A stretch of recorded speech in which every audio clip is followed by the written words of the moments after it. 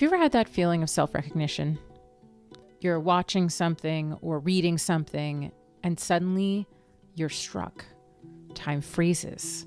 Someone else has seen into your life. They've understood your experiences. And you don't know them, but they get it. That's how I felt when I was reading Stefanie O'Connell's book, The Ambition Penalty. Hi, if you're new here, welcome to our Pandora's Box, the show for women who want to live lives true to themselves in this hellscape we call 21st century America. I'm Maria Eliades, your elder millennial sister and host. And on today's episode, we're going to talk about what is financially holding women back despite how much we've progressed in the world. There's a statistic out there, for instance, that says at this rate, we won't get equal pay for another 300 years. Let me say that one again. 300 years.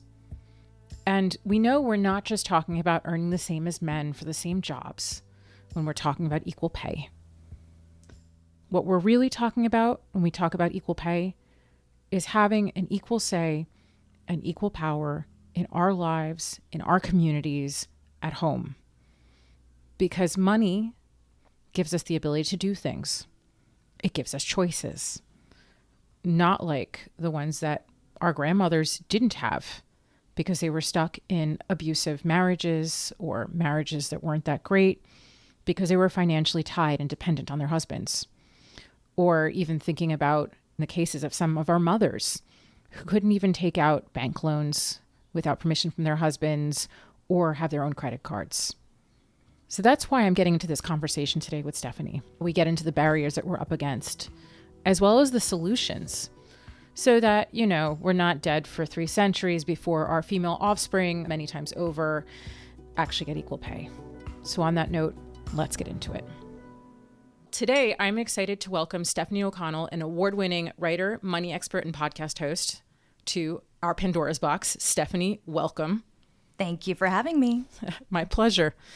I always start out each episode by asking our guests this question. If you could go back in time to your late 20s, what advice would you give to yourself? I wish I knew I didn't have to do everything on my own, thinking that whatever barrier to my success or what I wanted had to come from inside of myself, but rather could be secured much more effectively and sustainably in community and in partnership with other people. And it's those collaborations that I realized in my 30s that really changed my life in a way that I can almost not even begin to articulate. But materially speaking, it led to the book I just wrote. It led to so many of the professional opportunities I've been able to secure, a lot of my income and wealth, the fact that I can be a mother in New York City. All of that has been enabled through thinking outwardly and in community instead of thinking inwardly as an individual. If you were in your late 20s right now, what would be the top 3 things that you think women should know and learn how to master? And where could they find the information about this and get educated if they don't know it already? Understanding your financial picture is one of the most life-changing things I think you can do. This is not to be like hyper-capitalistic or individualistic about anything. There are so many external forces at play, as we've been talking about ad nauseum already. That said, knowing where you stand within that landscape is so, so, so important. And it's really important to have at least a baseline knowledge of the tools that are available to you so that when you are in a season of greater abundance, you can really maximize this. And I just want to give a little personal shout out to the fact that I understand very well that the old path is broken, and yet people are still holding themselves to this kind of timeline of feeling like they're constantly behind. Maybe the other advice I would have given to myself as a younger person is that life can be seasonal, and that's okay. I am in a season of non-financial abundance. I will say that. I had a baby. I wrote a book. Those are 2 incredibly time-intensive, labor-demanding things, and they are not financially rewarding in any way. However, I was able to do that because in my early to mid 30s, I had a season of great financial abundance, and I maximized it, and I knew how to. I had savings, I had investments, I had set myself up both short and long term in ways that enabled me to be now in a season where I can draw down from savings and it's not as much of a crisis. And there are, of course, other privileges at play here. I always want to acknowledge that. I'm married, so I'm in a dual income household. My family's health insurance is not something I pay for out of pocket. So that, again, is another consideration. That being said, our household is still dependent on two incomes. And so being able to be in a place where there were more options available to me because I had financial knowledge is probably one of the most life-changing things, not just for me, but for people in general. So that was a very long-winded way of me saying, learn about money, basic financial foundations. A couple of great books are by Amanda Holden called How to Be a Rich Old Lady, another by Katie Gaddy-Tassin called Rich Girl Nation. These are books that have come out in the last year or two that take a very contemporary and nuanced approach, not only to what you do individually, but in broader economic environment and capitalism and the precarity that comes with that. I also like Ramit Sethi. He is a great follow, again, for really contextualizing not only what you're doing financially, but within the context of a shifting economic and political landscape that I think money advice that doesn't acknowledge that is not good money advice. I really appreciate those three people's work. There are many more people, but those are great starting points. What do I wish I knew in my late 20s? I did say the thing about building out community. I have over the years become much more intentional in my friendships and showing up for people. Friendships and community building is a lot of labor. It is a lot of work, and it is not always convenient. Some of my closest friends now are not people who live near me, so that requires a level of intentionality. They also all have young children, which also requires a level of intentionality that is very, very challenging.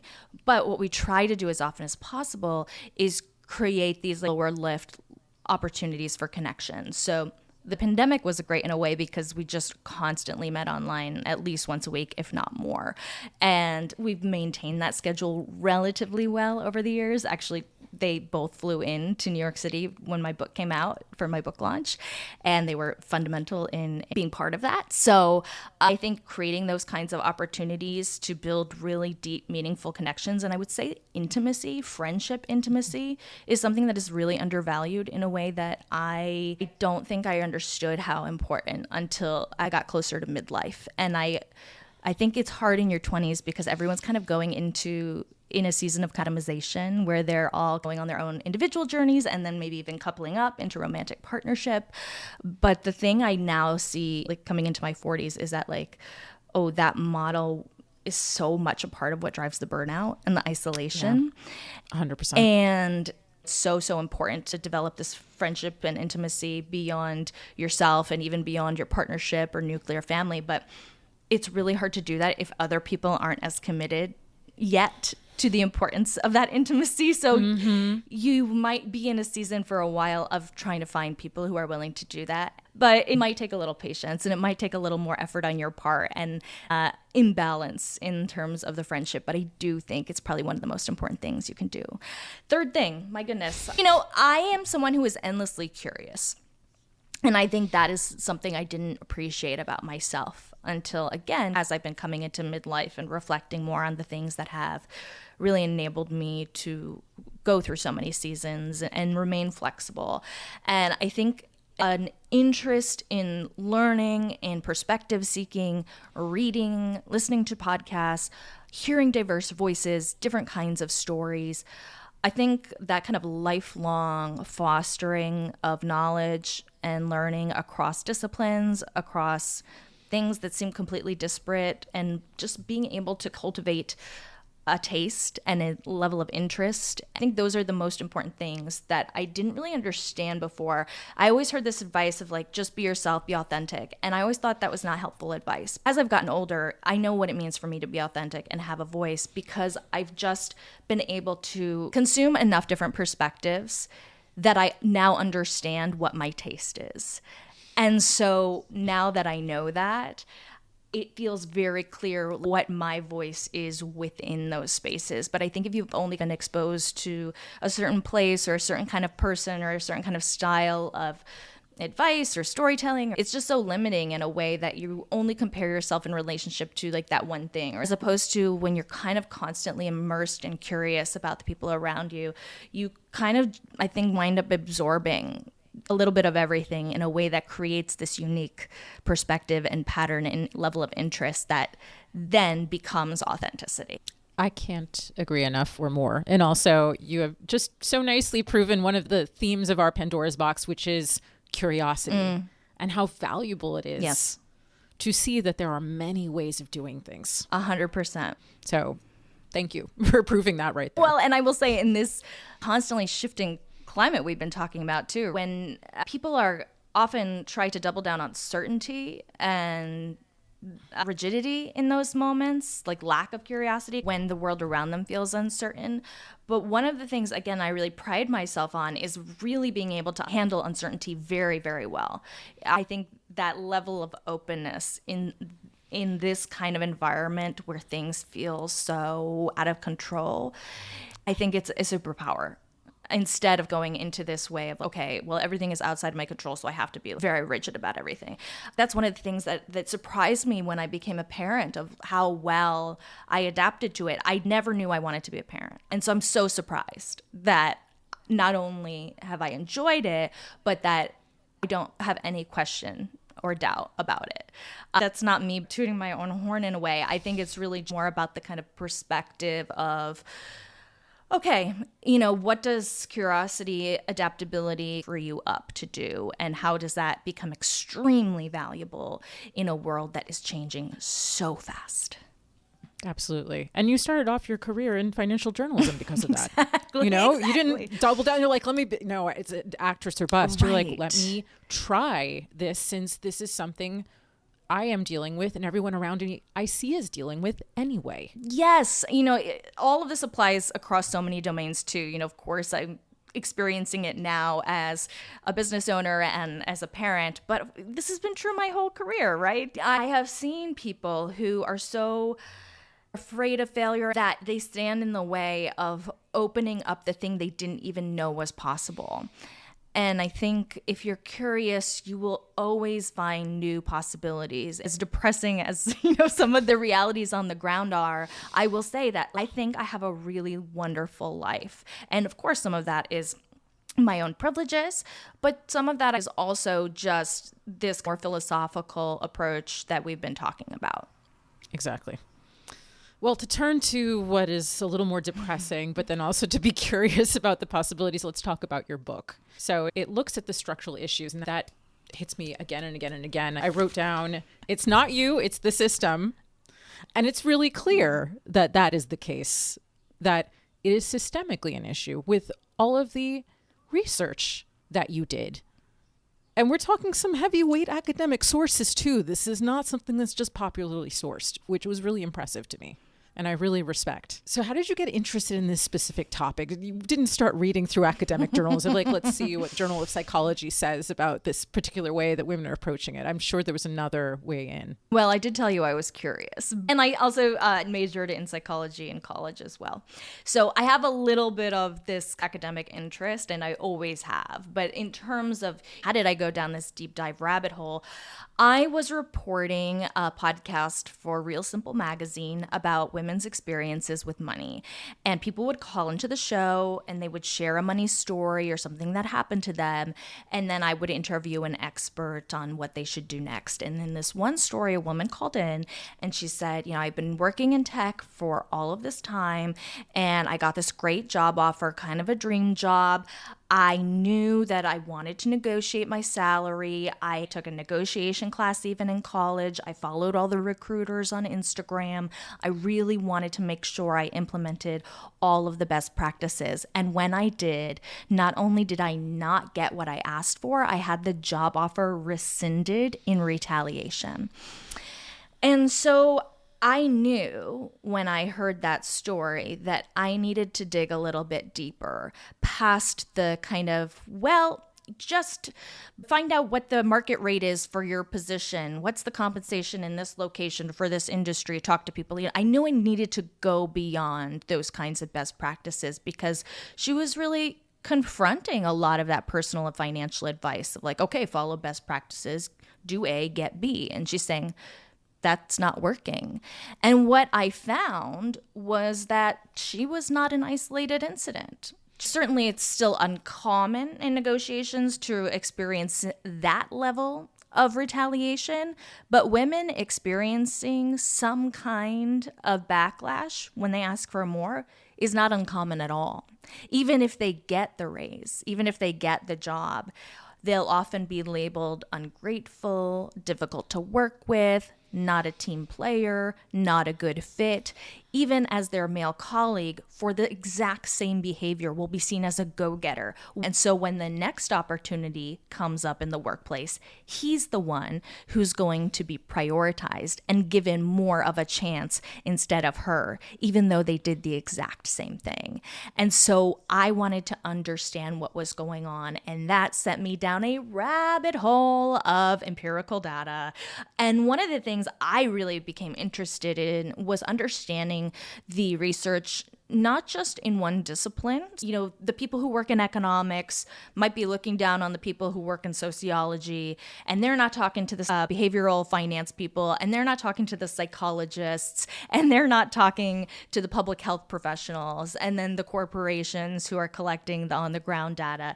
And so what a lot of the process for not just reporting that original story, but what became the foundation for writing this book was trying to ungatekeep a lot of this information that is out there, but also to synthesize it and to take the really valuable research of all of these people across all of these different disciplines and their important perspectives that I think have been completely missed in the conversation around women's work, money, and ambition, and to put them into a book so that we could have a more clear, honest, and effective conversation about what women actually need to get more of what they want. A lot of the research that you cite or the things that you look at are this common advice that we've been given assiduously. I could see myself checking off, like, you should ask this way and you should ask for more and you should put yourself up for the assignments and you should find a way to have your voice be heard. And like you said, do your market research of like how much roughly the person in this geographic area is paid for this particular job.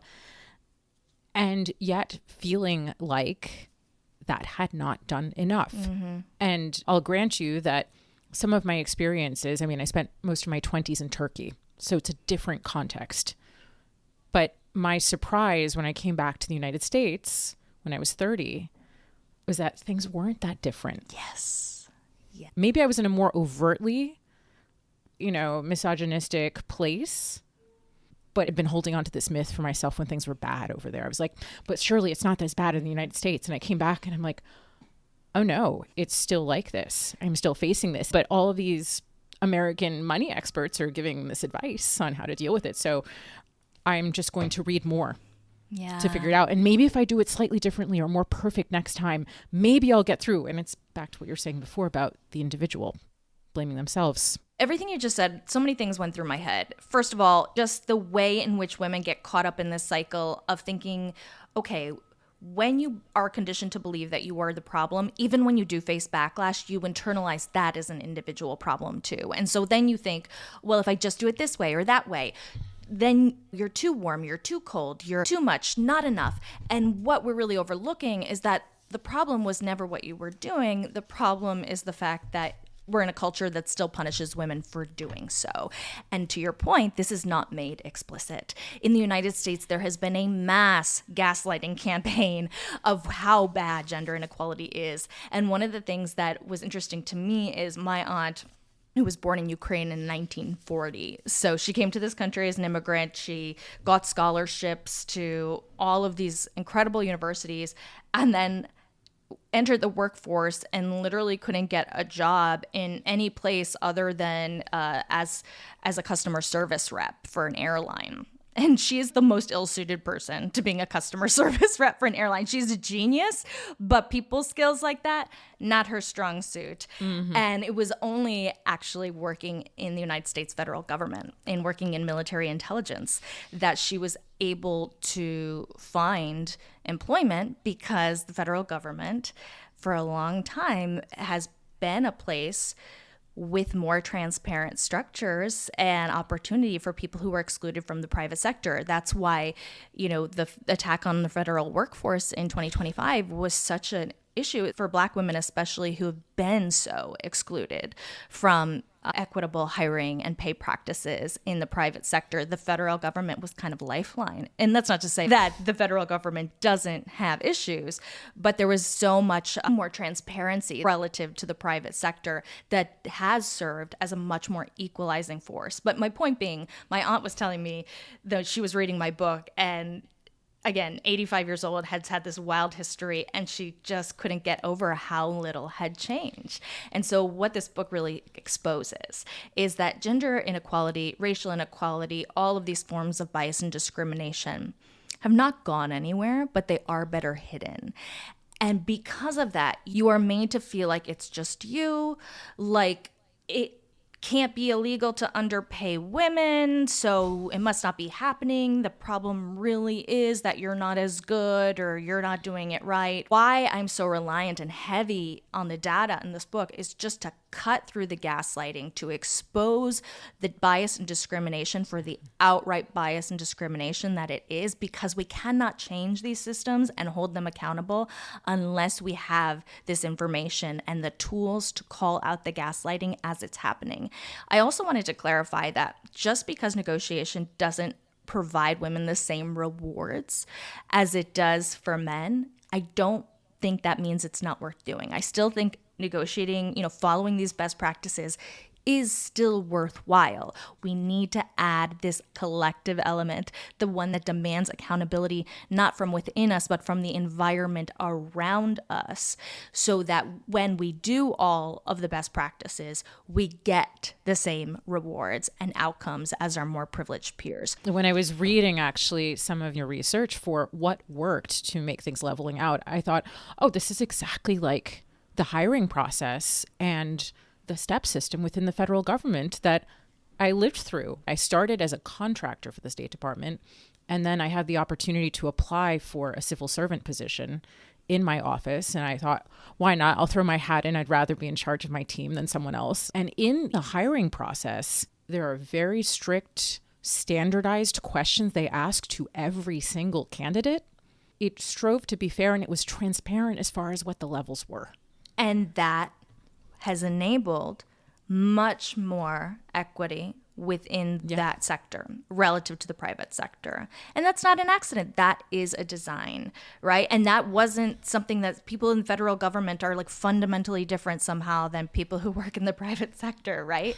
So a lot of the myths that I'm debunking aren't just the specific things like women don't ask for more, whatever it is. It's also these bigger myths about meritocracy and who gets access. Even the idea that working hard is somehow connected to the kinds of rewards and wealth and access you seek, and really exposing just how much those outcomes are driven by identity, and then processes within the environment that ensure that inequality across identity remains intact, even as people from more marginalized identities outperform or are more qualified or are more ambitious. Yeah, it made sense of those who believed there was truly a meritocracy in place were those who did not see the inequalities and did not fight for things to be more equal. And they were the most likely to perpetuate bias too. Right. And we all have biases, even those of us who are the most well-meaning. 100%. And it's not about saying you're a bad person. It's about recognizing a reality that we all grow up in a biased world. We all, women included, internalize messages that to be a good woman, quote unquote, is to be self-sacrificing and to not challenge men's authority and to not try to usurp their power that they are, quote unquote, untitled to. And so even when other women ask for more, women can also punish those women. Not always. We do see that women's outcomes improve as women are represented in positions of leadership more at scale rather than as an exception. But that also doesn't mean that women aren't biased against women too, because, again, bias itself is not a personal problem. It is something we've all been conditioned into from the moment we're born, just like blue or pink. Should you play with construction equipment or should you play with dolls? And that might seem trivial, but it's really fostering that sense of a division of our humanity in ways that set us up to experience completely different things when we violate those quote unquote expectations of how we should behave. Speaking of ideas of how we should behave, let's talk about the tradwife and the girl boss. The girl boss era, which was very much during our 20s, and now the emergence of the tradwife. How are these two connected? I like to say that the girl boss and the tradwife actually share very much of the same ideology. Their vision for what they are advocating for is very different. What the girl boss doesn't get enough credit for is that she championed a vision of women's ambition that was expansive. The idea that not only could women have meaningful personal lives that are idealized by tradwives today, but that they could also have access to public power, professional power, personal ambition in addition to, rather than simply in place of. That those things could be mutually reinforcing as opposed to mutually exclusive. The tradwife, of course, is selling a vision of womanhood in which women should be completely self-sacrificing, pursue being married, having children exclusively. And their public ambition should really just be contained to projecting that ideal of patriarchal, often very white supremacist coded femininity and broadcasting that to the world. But ultimately, those visions operate with the same fundamental premise that the biggest barrier to getting what you want, even if the vision of what you want is different, depending on whether you're subscribing to girl boss or tradwife, the ideology says that getting what you want starts by doing something within yourself. The greatest barriers to what you want are you. In the girl boss ideology, it's that you're not confident enough or aggressive enough or ambitious enough. And in the tradwife ideology, it's that you're not self-sacrificing enough or feminine enough per these patriarchal standards. And in either case, you're conditioned to always blame yourself, to always be in a cycle of self-optimization, all while the environment around you never is challenged. The environment around you that is subjecting you to completely different outcomes as your male peers with totally different access to supports and resources relative to your more privileged peers isn't shifting at all. And so it's just such a lie in either case that you can self-optimize your way out of where you are to where you want to be. What the tradwife is really selling is a lifestyle of labor that's uncompensated. They're selling a fantasy that doing housework and childcare is liberatory and very restful and secure. But in practice, we know that doing round-the-clock childcare, housework, and other caregiving is incredibly labor-intensive, is incredibly exhausting, and puts you in incredible position of vulnerability if you are in a position that you cannot get out of when you want to. We also know that in the girl boss fantasy, it's not just power suits. It is dealing with the people who are going to micromanage you and question you and undermine you every time you try to access leadership or assert your ambition. Even if your goal is corporate power or your goal is to be parenting your children full time, that's fine. But let's be really clear about what actually enables people to do that. It's very telling, I always say, that the tradwife isn't out here advocating for universal health care and universal basic income, because that would actually enable people to devote themselves to childcare and homemaking full time. Because if you have universal basic income, if you have free childcare, if you have free healthcare, wouldn't you be able to put more money into your family and into the life that you want to grow? That's exactly right. And so that's how you know that their goal isn't for us to be able to do the kind of caretaking or family care or housework that we want to do. What they want is to assert a gender division of labor and a gender division of power. And if they had another objective, they would absolutely be supporting universal healthcare and universal basic income and things that would actually enable people to engage in the things they perform full time. But the reason that they don't is because if women had access to that, men would too. And that means men could also care for their homes and care for their children. So I think we should be much more clear and transparent in the discussion around these kinds of trends and call out the fallacies in this way, because a lot is being basically sold to us that increasingly opens up a permission structure that enables people to roll back women's rights, because we can just say, well, they're choosing this. They want this. This is the life they want to create. And so why don't we let them choose it? Why do they need access to reproductive care? Why do they need a vote? If you can sell the story that it's not a matter of inequality because it's something women choose, then you get a way of ensuring inequality stays intact, because you can strip away rights and protections as we have currently been seeing. I think it goes back to what you're saying about a structure and a system that is trying to hold on to its own power. And so this is the latest part of it. In a way, it feels like the tradwife is the pendulum swing in the other direction from the girl boss, because the tradwife, some of the irony is of the ones who are out there on social media, what they're doing is their business. Yes. They're making a lot of money. They're making a lot of money, and they are the breadwinners for their families, not their husbands. That's right. Yeah, I mean, it's operating on so many levels in that it's a contradiction. They're making money off of telling you to give up your financial independence and autonomy. Exactly. There is the whole solution that they're selling that would actually make it more difficult for accessing the lifestyle they want. If you don't have access to economic resources, you actually won't be able to spend your days baking bread for 5 hours. The way you get that is with money. They're performing wealth.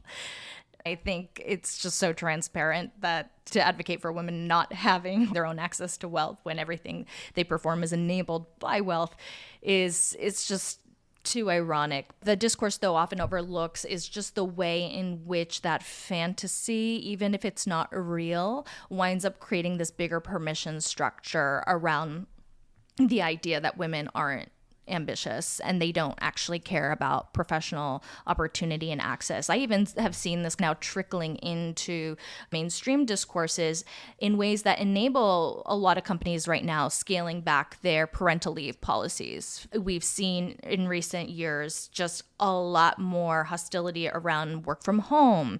And if you can sell the story that actually that's not important because women don't want to work anyway, then people think they can get away with it.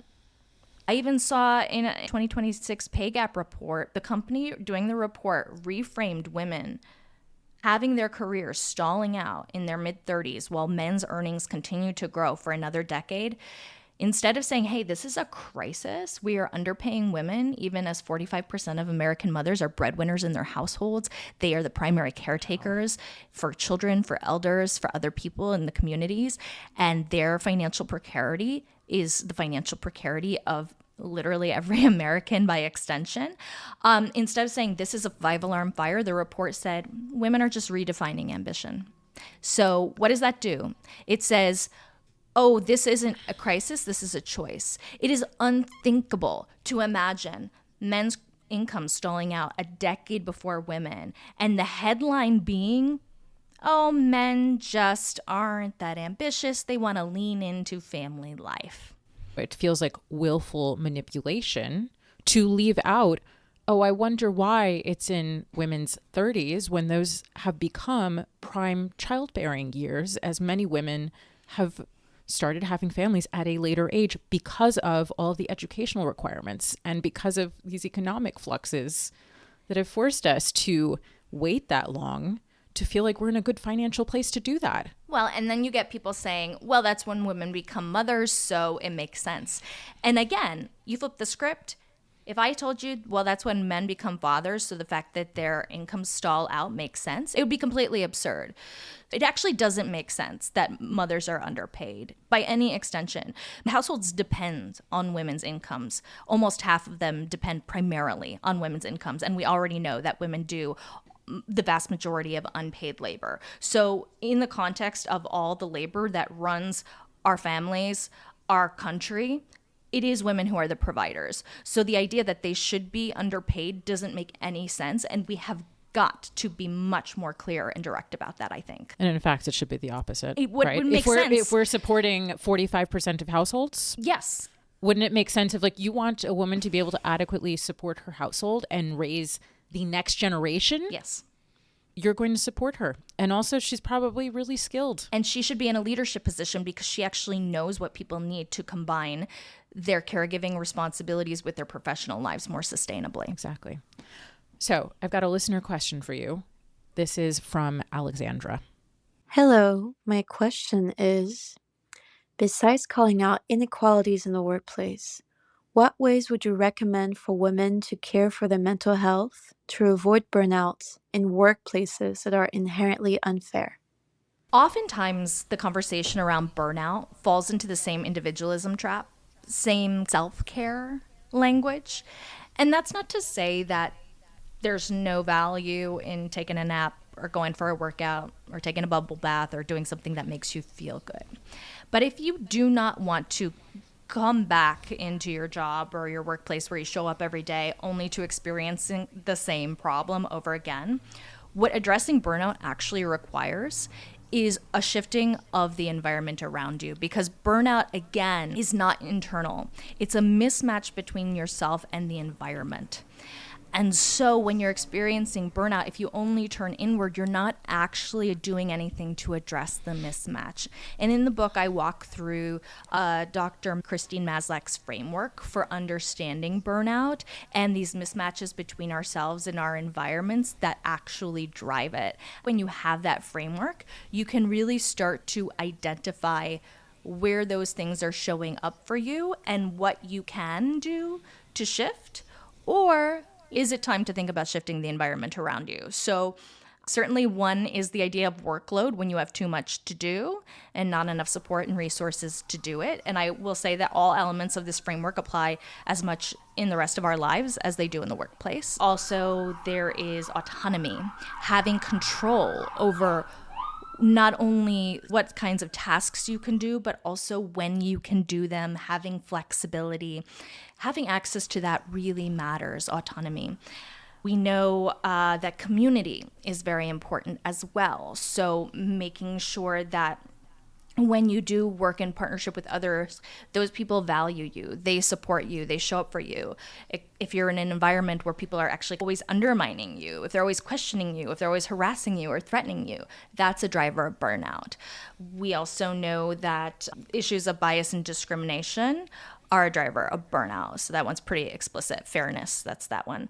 Hopefully those are kind of the ways we can reframe burnout, of looking across those dimensions and seeing, okay, is there a way I can either shift this environment to be more in alignment with getting the support I need, getting the autonomy I need, getting the recognition and community I need, and if not even if it's in this environment, can I build in other aspects of my life? So maybe in my workplace, it's not going great.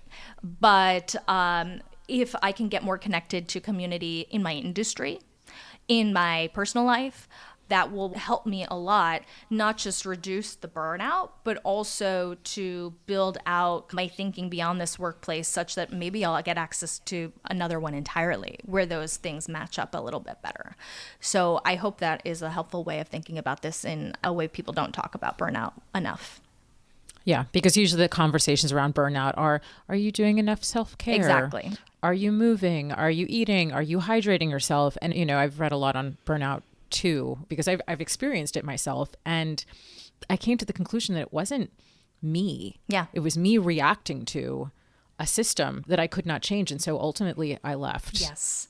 I also say I'm very wary of anything that always turns you back into yourself. Obviously, this has been a theme throughout our conversation, but if the only solution you're being offered from people is self-care, it should really be a red flag. And it's not to say that there's nothing important about self-care, but self-care does not change the conditions that require your need for self-care in the first place. And so that is what this book is really fundamentally about.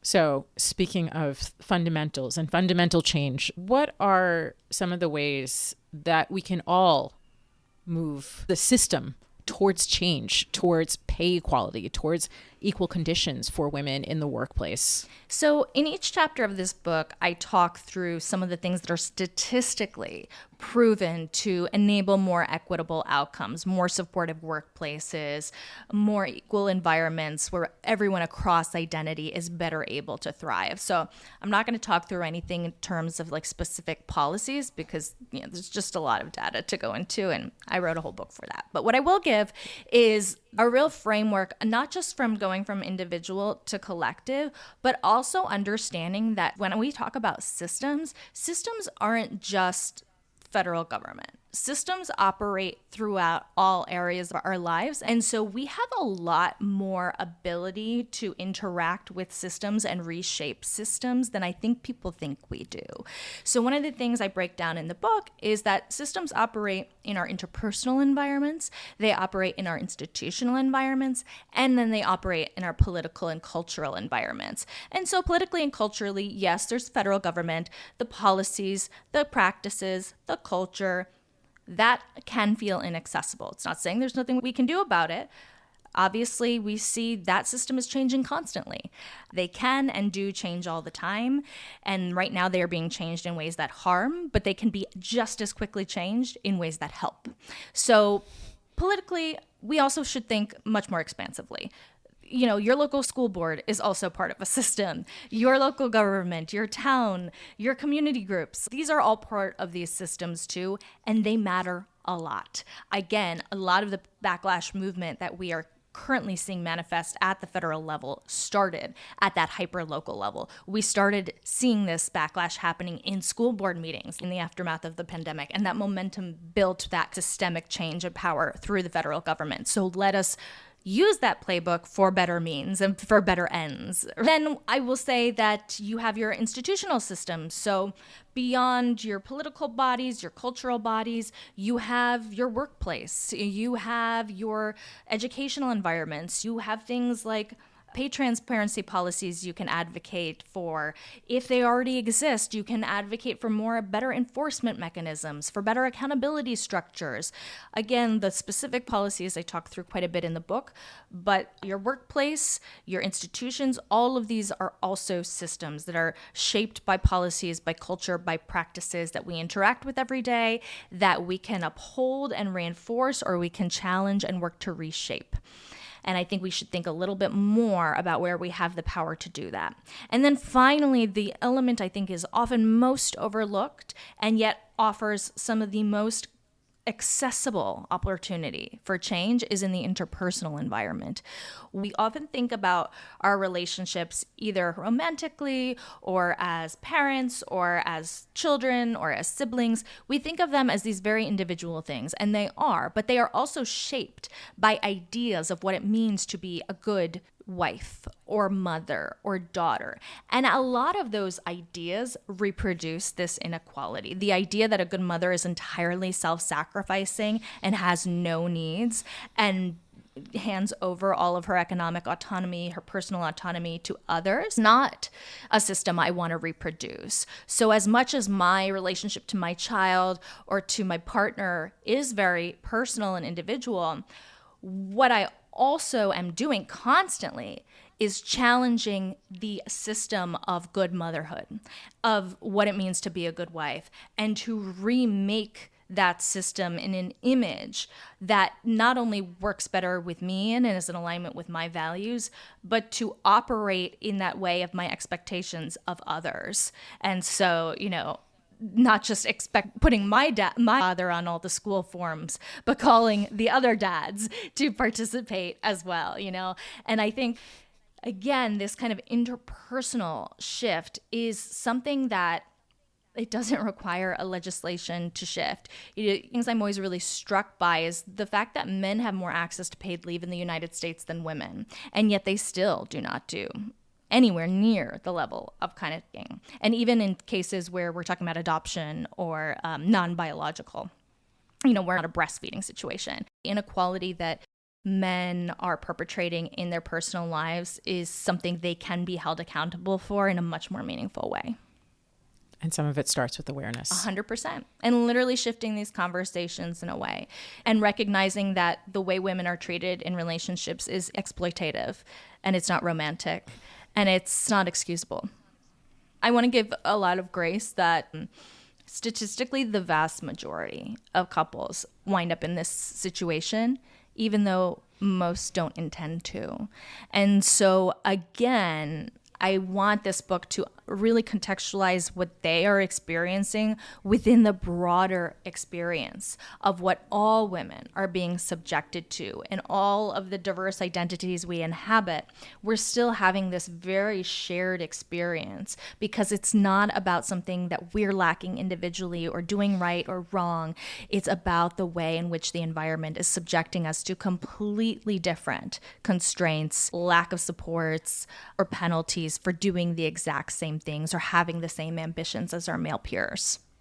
And your book does such a great job of laying down all of the information so we can be informed and know that it's not just us, and to look at it and say the progress, yes, might have stalled out, but this could be a rallying cry to say we will not let this go backwards.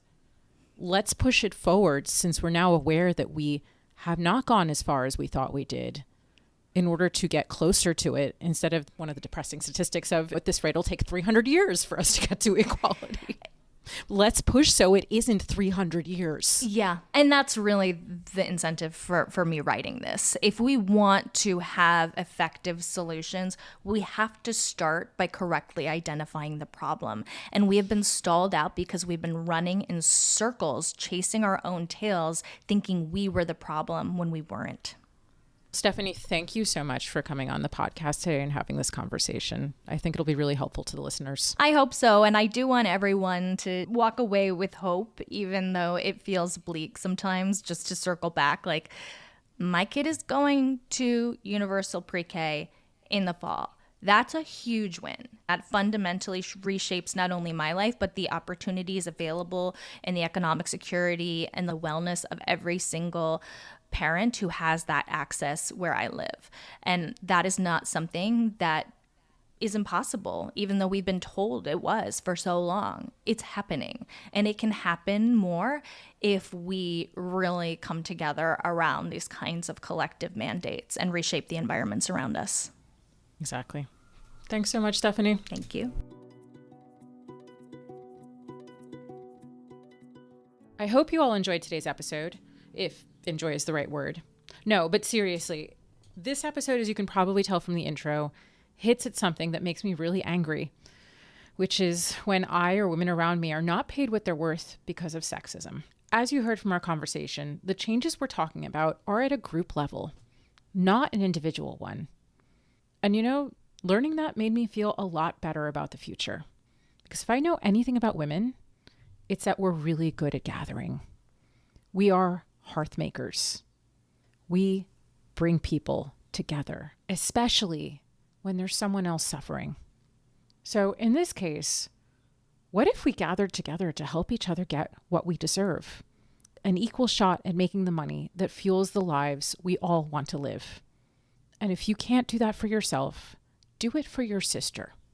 Do it for your best friend. Do it for the daughter who isn't born yet, but for whom you will go to bat for so much. In the end, though, I really hope you do it for yourself too, because you also deserve it. So that's it for today's episode.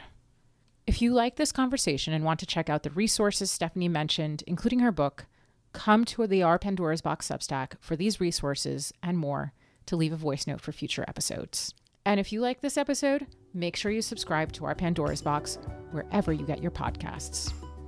Our Pandora's Box is a Pentelic Productions podcast that was created, hosted, produced, and edited by yours truly, Maria Eliades. Thanks again for joining us, and don't forget to stay hopeful and stay curious. I'll see you soon on Our Pandora's Box.